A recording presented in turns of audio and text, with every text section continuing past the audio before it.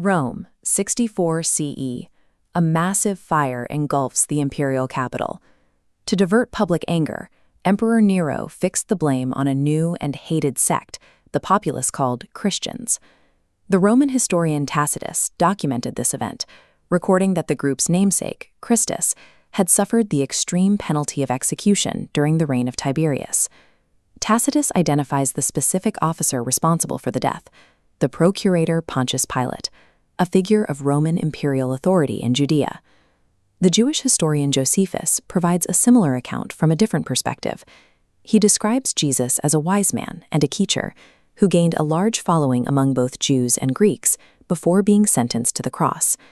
Independent Jewish records in the Talmud confirm the timing in the charge, stating that Yeshu was executed on the eve of Passover for practicing sorcery and leading the people into apostasy. Outside of any religious scripture, the secular record is consistent. A Jewish teacher named Jesus gathered a massive following, challenged the social order, and was executed as a threat by the Roman state. The historical mystery lies in the aftermath. Writing from a Roman prison, the Syrian Mara bar Serapion noted that although the Jews executed their wise king, his teachings allowed him to live on, sparking a movement that eventually outlasted the empire. To understand the internal mechanics of that movement, historians turn to the primary biblical texts, the four canonical Gospels of Matthew, Mark, Luke, and John. The Gospel writers prioritized theological messaging over modern biographical conventions. They organized their narratives to communicate the specific identity and mission of Jesus to different corners of the ancient world. Matthew presented Jesus as the Jewish Messiah king. Mark focused on the sacrificial servant for a Roman audience.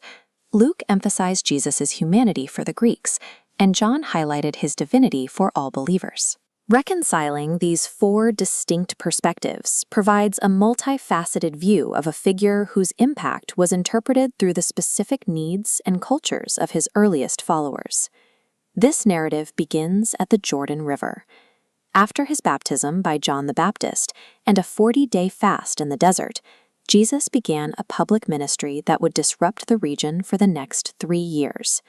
He moved through Galilee and Judea, where he recruited disciples from the fishing boats of the coast and drew crowds that numbered in the thousands.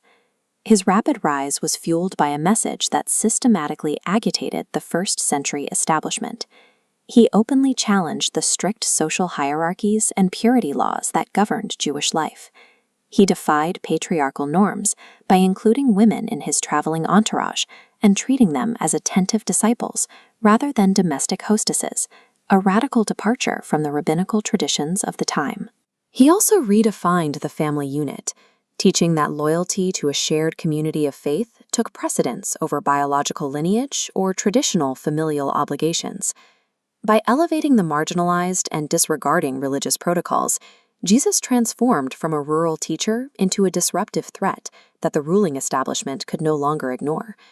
The ministry reached a turning point when Peter proclaimed him the Christ, leading to a final public entry into Jerusalem that drew the direct attention of the high priests and Roman governors. During his final week, the tension broke. Following a final meal with his apostles, he was betrayed by Judas and arrested in a garden on the Mount of Olives. He faced a two-tiered legal system, a religious trial before the Jewish Sanhedrin, and political trials before the Roman governor Pontius Pilate and the tetrarch Herod Antipas. These trials ended in his crucifixion at Golgotha. It is the specific point where the theological biographies of the New Testament meet the skeptical, hostile records of ancient Rome. The Gospel accounts focus on the discovery of an empty tomb 3 days later and report that Jesus appeared to his followers over a period of 40 days. According to these texts, his first appearance was to Mary Magdalene, ensuring his countercultural inclusion of women remained a central theme of the narrative until the very end. The accounts conclude with his ascension and a final commission to his followers to spread his teachings to all nations.